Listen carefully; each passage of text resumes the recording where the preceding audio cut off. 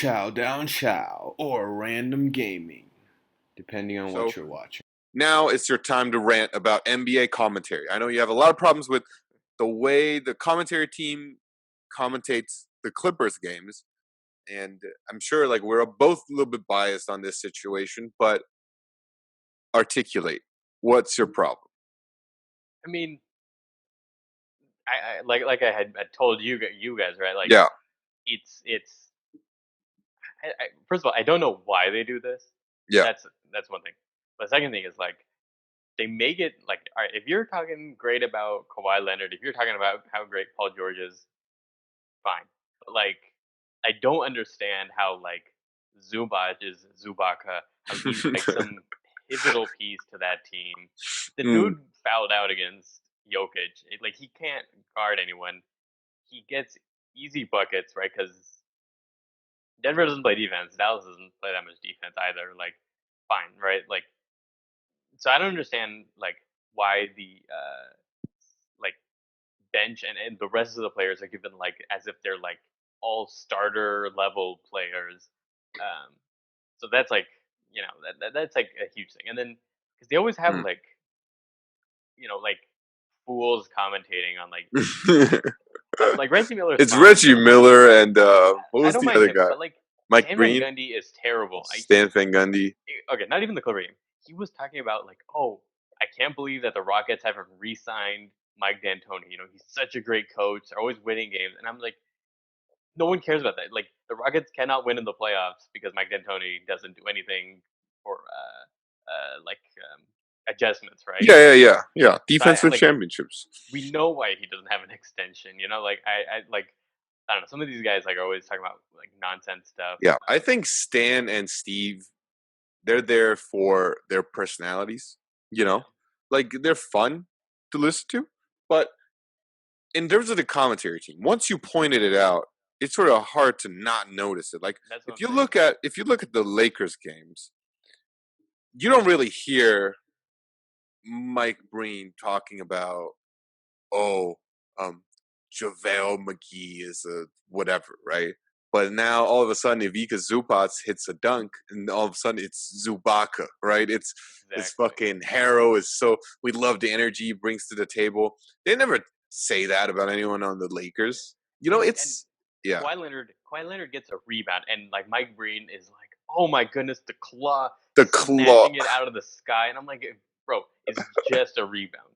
Like I I've seen LeBron 80, I've seen anyone, any NBA player. Yes, they go up and rebound the basketball. Like I don't understand, like what on earth.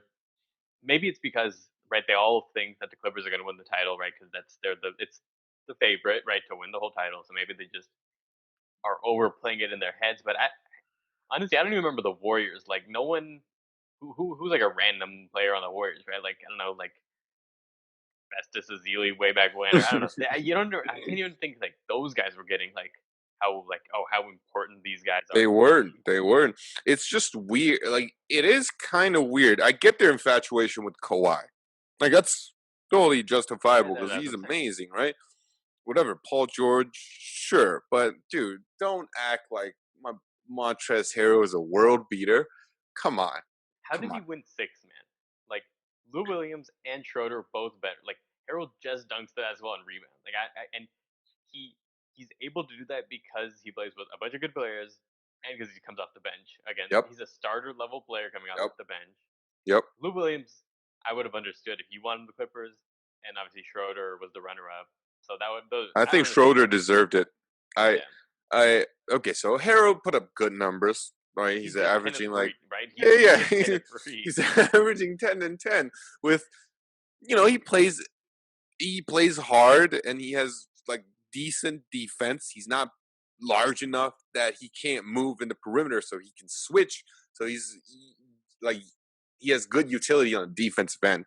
But the thing about Harrow is this is what kind of bugs me about him is that all of a sudden the narrative changed. All of a sudden it became, oh, he's so good. The intensity, right? He's playing with toughness and he's rebounding machine. He's shot blocking machine.